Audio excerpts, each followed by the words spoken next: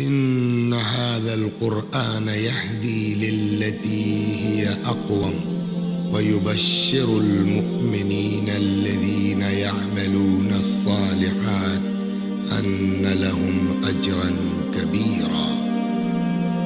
بے شک یہ قرآن اس راستے کی ہدایت کرتا ہے جو بالکل سیدھا ہے، اور ان صاحبان ایمان کو بشارت دیتا ہے جو نیک اعمال بجا لاتے ہیں کہ ان کے لیے بہت بڑا اجر ہے۔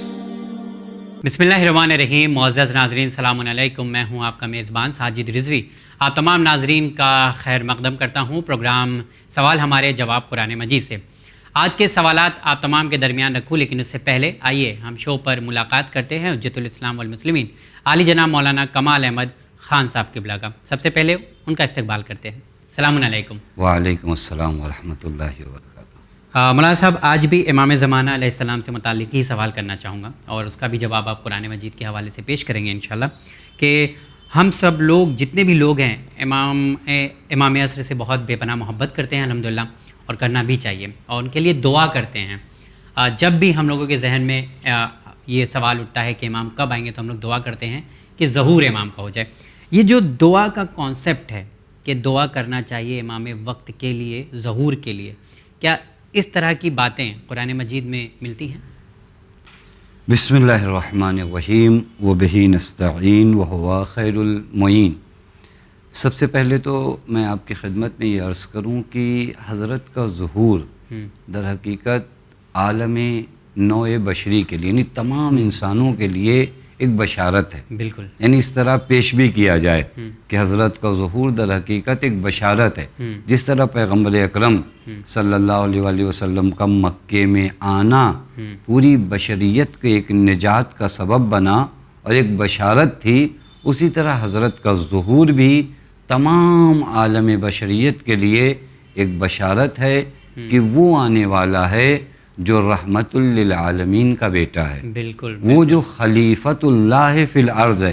میں جان بوجھ کر یہاں سے شروع کر رہا ہوں تاکہ امام کی نسبت ہمارے اندر ایک یہ جذبہ رہے کہ جس امام کے ظہور کا ہم انتظار کر رہے ہیں وہ امام خدا کی رحمت اللہ الواسعہ ہے، یعنی خدا کی ایک وسیع رحمت کا نام امام ہے۔ حتی بعض قرآن مجید کی آیتوں میں بھی ہے کہ حضرت کا ظہور ہوگا تو زمین و آسمان سے برکات نازل ہوں گی، یہاں تک بھی بعض جگہوں پر ہے۔ جہاں تک آپ کے سوال ہے، میں آپ کی خدمت میں عرض کروں کہ حضرت کے ظہور کو لے کر قرآن مجید کی کئی آیتوں میں اس جانب اشارہ کیا گیا ہے۔ دعا کے مطلب دعا کا جو کانسیپٹ ہے وہ اشارہ کیا گیا ہے؟ نہیں، خود ظہور کو لے کر۔ تو یہ ظہور کے سلسلے سے حضرت کے ظہور کے سلسلے میں قرآن مجید کی کئی آیات میں اشارہ موجود ہے۔ سورہ انبیاء آیت نمبر 105 105 میں پروردگار عالم کا ارشاد اس طرح ہے، بسم اللہ الرحمن الرحیم وَلَقَدْ كَتَبْنَا فِي الزَّبُورِ مِن بَعْدِ الذِّكْرِ ان الارض یرثها عبادی الصالحون۔ پروردگار عالم ارشاد فرماتا ہے، اور ہم نے ذکر کے بعد زبور میں لکھ دیا ہے کہ ہماری زمین کے وارث ہمارے نیک بندے ہوں گے، یعنی زمین کا جو وارث ہوگا وہ پروردگار عالم کے نیک بندے ہوں گے۔ جناب طبرسی امام محمد باقر علیہ السلام کا یہ ارشاد نقل کرتے ہیں کہ یہ جو عبادی الصالحون پروردگار عالم نے کہا ہے، اس سے مراد محمد و آل محمد ہیں۔ پس اگر آپ دیکھیں قرآن مجید اس ظہور کی کیا کر رہا ہے؟ بشارت دے رہا ہے کہ یہ زمین جو آج ظلم و جور و استبداد سے بھری جا رہی ہے اور ظالموں اور جابروں کا یہاں پر دبدبہ ہے، تو انہیں یاد ہونا چاہیے کہ ان الارض یرثها عبادی الصالحون، یہ زمین خدا کی ہے، لہذا خدا صالح بندوں کو اس زمین کا حکمراں بنائے گا۔ یہ خود حضرت کے ظہور کی جانب ایک اشارہ ہے۔ دوسری آیہ کریمہ وہ بہت واضح طور پہ بیان کرتی ہے، سورہ قصص کی آیت نمبر 5 ہے، جہاں پر پروردگار عالم کہتا ہے کہ وَنُرِيدُ أَن نَّمُنَّ عَلَى الَّذِينَ اسْتُضْعِفُوا فِي الْأَرْضِ وَنَجْعَلَهُمْ أَئِمَّةً وَنَجْعَلَهُمُ الْوَارِثِينَ، اور ہم یہ چاہتے ہیں کہ جن لوگوں کو زمین پر کمزور بنا دیا گیا ہے ان پر احسان کریں، یعنی وہ لوگ جو مظلوم ہیں زمین پر، ان پر ہم احسان. اسی لیے میں نے آپ کی خدمت میں ابتدا میں کہا کہ حضرت کا ظہور فقط خاص ایک طبقے کے لیے بشارت نہیں ہے، بلکہ تمام عالم انسانیت کے لیے جو بیچارے ظلم سہ رہے ہیں، جو بیچارے ستائے جا رہے ہیں. پروردگار عالم کہتا ہم ان پہ احسان کریں گے اور انہیں لوگوں کا پیشوا بنائیں گے اور زمین کا وارث قرار دیں گے. بس اس آیہ کریمہ میں بھی اگر آپ غور فرمائیے تو یہاں پر بھی جو روایات میں ہے، امام صادق علیہ السلام فرماتے ہیں یہ آیت مخصوص ہے صاحب الامر سے، یعنی امام زمان عجل اللہ تعالیٰ فرجہ شریف سے، کہ جب حضرت ظہور فرمائیں گے ظالموں ستمگروں کا خاتمہ کریں گے اور آپ شرق سے غرب تک کی زمین کے مالک ہوں گے، یعنی پوری زمین پر آپ کا اختیار ہوگا اور زمین کو عدل سے بھر دیں گے. تو جو فرمائیے گا یہ شاید ایک وہ جملہ ہے جو پہنچنا چاہیے، حضرت زمین پر عدل لے آئیں گے. عدل ہر انسان کی ضرورت کا نام ہے. آپ کو بھی عدالت چاہیے، مجھے بھی عدالت چاہیے. کسی سے جا کر پوچھئے تم نہیں چاہتے عدالت سے کام ہو؟ ہر آدمی اپنے آپ کو ستایا ہوا محسوس کر رہا ہے. خوب حضرت کیا کریں گے؟ عدل سے پر کر دیں، احسنتم، کام لیا جائے گا. ایک اور آیت اگر آپ اجازت دیں تو میں سورہ زمر کی آیت نمبر 69، یہاں پر بھی ظہور کی جانب اشارہ ہے. وَأَشْرَقَتِ الْأَرْضُ بِنُورِ رَبِّهَا، یعنی اس زمین کو اللہ کیا کرے گا؟ منور کر دے گا. کس سے؟ اپنے نور سے. یہ کیا مطلب ہے؟ اشرقت الارض بنور ربها، اللہ اپنے نور سے اس زمین کو منور کرے گا. یعنی کیا؟ امام سے پوچھئے. امام فرماتے ہیں اس نور سے مراد اس آیت میں امام زمان ہے، یعنی حضرت آئیں گے تو یہ زمین منور ہو جائے گی. ابھی یہ زمین منور ہے سورج سے، ابھی اس زمین کو اور منور ہونا ہے نور رب پروردگار عالم سے جو وقت کا امام ہے. میں ایک جملہ کہوں آپ کے اس حسین پروگرام کے ذریعے کہ حقیقت میں ہم کہتے ہیں ظہور امام زندگی کا خاتمہ ہے، میں کہتا ہوں ظہور امام زندگی کی ابتدا ہے. یعنی اصل زندگی وہاں سے شروع ہوگی. ابھی ایک سایہ ہے، ابھی تو بس ہم یوں زندگی گزار رہے ہیں. ابھی وہ نور رب کو جلوہ فگن ہونے دیجئے. یہاں پہ تھوڑا سا وہی ہمارا ایمان چاہے کمزور ہو یا ہمیں یقین کم ہوتا ہے کہ ہم رہیں گے کہ نہیں رہیں گے، یہ یہاں پر آگے بات رک جاتی ہے. ہم اس مشن میں شریک ہوں، ہم اس مشن میں شریک ہوں حضرت کے. حضرت کا مشن کیا ہے؟ عدالت. اس مشن میں شریک ہوں، آپ رہیں گے. اچھا، یعنی آپ رہیں گے، نہیں رہیں گے تو اس اجر کے آپ مستحق رہیں گے. بالکل، یہ تو ہم سبھی لوگ اس کے خواہش مند ہیں. چلیے مولانا صاحب، ایک اور چیز ہے جو جیسا کہ ہم لوگ روایت میں سنتے بھی ہیں کہ زمین خدا جو ہے حجت خدا سے خالی نہیں رہ سکتی ہے. تو یہ کیسے پاسبل ہے کہ ایک انسان ہے پردہ غیب میں ہے، تو کیا زمین اتنی بڑی زمین ہے اور وہ حجت خدا سے خالی نہیں رہے؟ یہ کیسے ثابت ہوگا قرآن؟ یہ بھی بہت ہی اچھا سوال آپ کا ہے. میں آپ کی خدمت میں اسی آپ کے سوال کی تائید میں اس حدیث کو ابتدا میں بیان کر دوں، پھر قرآن مجید کی آیت بیان کروں. روایت کہتی لَوْ لَمْ يَبْقِ فِي الْأَرْضِ إِلَّا اثنان، اگر اس زمین پر فقط 2 آدمی بھی ہوں تو ان میں سے ایک حجت خدا ہوگا. یعنی اس قدر حجت خدا کا ہونا ضروری ہے. لمحہ بھی خالی نہیں رہ سکتی. احسنتم، یعنی یہ روایت دیکھیں آپ کے سوال کو کیسے بتا رہی ہے. اگر 2 آدمی پورے اس کائنات میں ہوں تو وہ دوسرا آدمی کون ہوگا؟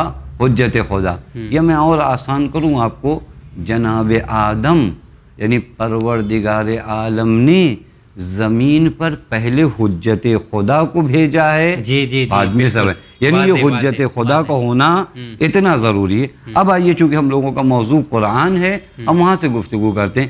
سورہ نحل آیت نمبر 44، یہاں پر قرآن مجید کا ارشاد یہ ہے وَأَنزَلْنَا إِلَيْكَ الذِّكْرَ، لِتُبَيِّنَ لِلنَّاسِ مَا نُزِّلَ إِلَيْهِمْ وَلَعَلَّهُمْ يَتَفَكَّرُونَ۔ پروردگار عالم پیغمبر اکرم صلی اللہ علیہ وآلہ وسلم سے فرماتا ہے کہ میرے حبیب، میں نے یہ قرآن جو آپ کے پاس نازل کیا، یعنی آپ کو عطا کیا، یہ کیوں دیا میں نے؟ تاکہ آپ لوگوں کے لیے قرآن کی وضاحت کرو۔ یعنی قرآن تنہا کافی نہیں ہے، قرآن کے لیے ایک معلم قرآن کا ہونا ضروری ہے۔ خود قرآن کہہ رہا ہے لِتُبَيِّنَ لِلنَّاسِ، تاکہ آپ لوگوں کے لیے اس کو بیان کرو، مَا نُزِّلَ إِلَيْهِمْ، ان چیزوں کے لیے وہ احکام جو ان کے لیے آئے انہیں واضح کر دو، جو ان کی طرف نازل کیے گئے۔ اب سوال یہ ہے کہ رسول اکرم کے بعد کیا قرآن کی وضاحت ختم ہو گئی؟ کیا قرآن واضح کرنے کے لیے کوئی ایسا نہیں ہو جو معلم قرآن ہو؟ بس وہی معلم قرآن کا نام حجت خدا ہے۔ اچھا، توجہ فرما لیں۔ دوسری دلیل سورہ اسراء آیت نمبر 71، قرآن کہتے ہیں یوم ندعو کل اناس بامامہم، ہم قیامت میں ہر قوم کو اس کے امام کے ساتھ بلائیں گے۔ ہم قیامت میں ہر قوم کو اس کے امام کے ساتھ بلائیں گے۔ اب سوال یہ ہے کہ اگر اس آیت میں اگر غور کریں، ایسے لوگ جو ہمارے زمانے میں زندہ ہیں، کیا انہیں امام کی ضرورت نہیں ہے؟ ہمیں کس کے ساتھ بلایا جائے گا؟ ہمارے لیے ایک امام کا ہونا ضروری ہے نہیں ہے؟ قرآن کہہ رہی ہم ہر قوم کو اس کے امام کے ساتھ بلائیں گے۔ لیکن یہاں پہ میں آپ کو روکنا چاہوں گا کیونکہ وقت بالکل نہیں ہے۔ جیسے آپ نے کہا کہ قرآن کہہ رہا ہے کہ ہر قوم کو ہم اس کے امام کے ساتھ بلائیں گے۔ ہمارا امام ہے، لیکن افسوس کی بات ہے ہم لوگوں کے لیے کہ وہ پردہ غیب میں ہے۔ تو اب جب امام کے ساتھ بلائیں گے تو ہمارا امام تو پردہ غیب میں ہے، ہم امام سے جڑے نہیں ہیں، ہمارا رابطہ کوئی نہیں ہے، تو پھر ہمیں بلائیں گے امام کے ساتھ، اور وہ امام جس سے ہمارا کبھی رابطہ ہی نہیں رہا تو اس کے ساتھ بلا کے کیا فائدہ ہوگا؟ تم امام علیہ الصلاۃ والسلام کے ساتھ ہمارا رابطہ نہیں ہے، یہ کہنا ہی غلط ہے۔ رابطہ زیادہ اور کم ہو سکتا ہے، رابطہ زیادہ اور کم ہو سکتا ہے۔ حضرت کے وجود کو بعض علماء تعبیر فرماتے ایک سورج کی طرح ہے۔ وہ سورج جو بادلوں کے پیچھے ہے، سورج اگر بادلوں سے پیچھے آ جائے تو اس کی روشنی کم نہیں ہوتی، بس آپ تھوڑا سے بادلوں کے اوپر چلے جاؤ۔ یعنی یہ رابطہ حضرت کا ہے۔ یعنی میرا سفر جو ہے بہت حسین، ایک بات کسی عارف نے کہی تھی، مرحوم دولابی رضوان اللہ تعالیٰ علیہ نے کہا کہ ہم کہتے ہیں امام غائب ہیں، حقیقت میں امام نہیں غائب ہیں۔ ایک بچے کو اگر دیکھو اس کے ہاتھ سے اس کے باپ کا ہاتھ چھوٹ جاتا ہے، اس کے بعد پھر چلاتا ہے میرا باپ غائب ہو گیا۔ باپ نہیں غائب ہوا ہے، آپ غائب ہوئے ہو، ہاتھ آپ کا چھوٹا ہے، اور وہ ایک مرتبہ پکارو باپ دوبارہ تمہارا ہاتھ پکڑنے کو تیار ہے۔ لہٰذا شاید یہ احساس آج آپ نے جگانے کی یعنی یہ ہاتھ ہمارا چھوٹا ہے، حضرت کی برکات ہم خود حضرت نے ایک توقیع میں فرمایا کہ تم یہ نہ سمجھنا کہ ہم تم سے غافل ہیں، اگر ہم تمہارے لیے دعا نہ کریں یہ دنیا تمہیں زندہ نہیں رہنے دے گی۔ یہ حضرت خود فرماتے ہیں۔ لہذا رابطہ ہے، مشکلوں میں گرفتار ہو جائے اگر ان کی نظر کرم نہ ہو۔ اسی ہمارا الحمدللہ، میں کسی کو مایوس نہیں کرتا، ہمارا یہ عقیدہ ہونا کہ ایک امام قائم کا ہم انتظار کریں، یہ شدت و ضعف ہے کہ کوئی انتظار کے یہی کافی ہے۔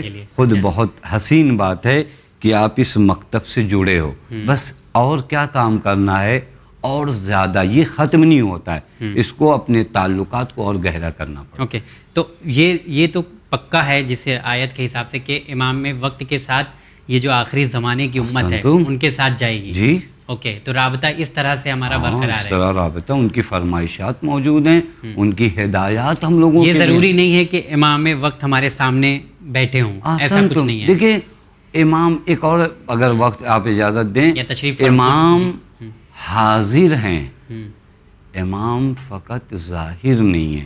یہ دو چیزوں کو اگر ہم الگ کر لینا، امام حاضر ہیں، ظاہر نہیں ہے۔ ہم حضور امام کا انتظار نہیں کر رہے ہیں، ہم ظہور امام کا انتظار کر رہے ہیں۔ جی بالکل، بہت سی چیزیں حاضر ہوتی ہیں، اپنے اثرات دکھاتی ہیں لیکن ظاہر نہیں ہوتی۔ ہوا حاضر ہے، دکھائی نہیں دیتی، لیکن اس کا مطلب یہ نہیں ہوتا کہ ہوا کے اثرات نہیں۔ حضرت حاضر ہیں ظاہر نہیں ہے. ظاہر نہ ہونے کا معنی یہ نہیں ہوتا کہ ان کے فائدے آپ تک نہیں پہنچتے. بالکل بالکل. میرے خیال سے آج کا جو وقت رہا ہے بہت ہی بہترین رہا ہے، اور قبلہ میں آپ کا ناظرین کی طرف سے اور خود ہم لوگ شکریہ آپ کا ادا کرتے ہیں کہ امام وقت کے ساتھ ہم لوگ رابطہ اور مضبوط کر سکتے ہیں. ہمارا رابطہ ہے، ٹوٹا نہیں ہے ناظرین. ہمارے امام وقت ہیں، موجود ہے، بس اتنا فرق ہے کہ ہماری آنکھوں کے سامنے پردہ ہے. مولانا صاحب بہت بہت شکریہ. انشاءاللہ اگلے ایپیسوڈ میں پھر آپ سے ملاقات کریں گے. تو شاید ناظرین آج کا یہ جو ایپیسوڈ تھا اور جو سوالات تھے یہ ہمارے ایمان کو اور زیادہ اور مزید میں کہہ سکتا ہوں اور بہت ہی خوبصورتی کے ساتھ یہ کہہ سکتا ہوں کہ امام وقت موجود ہیں اور ہمارے ساتھ ان کا رابطہ بہت اسٹرانگ ہے اور ہونا بھی چاہیے، کیونکہ ہم سب ان کا انتظار بے صبری سے کر رہے ہیں اور ان کے ہی لیے ہم لوگ تیاری کر رہے ہیں. بس اسی کے ساتھ کہ ہم لوگ آنے والے دن میں بھی ہر لمحہ ہر وقت امام زمانہ علیہ السلام سے جڑے رہیں گے اور ان کے ظہور کے لیے ہم لوگ دعا بھی کرتے رہیں گے. اسی کے ساتھ دیجیے اجازت. ہمیں ہماری ٹیم کے ساتھ دیکھتے رہے چینل میں. بہت بہت شکریہ.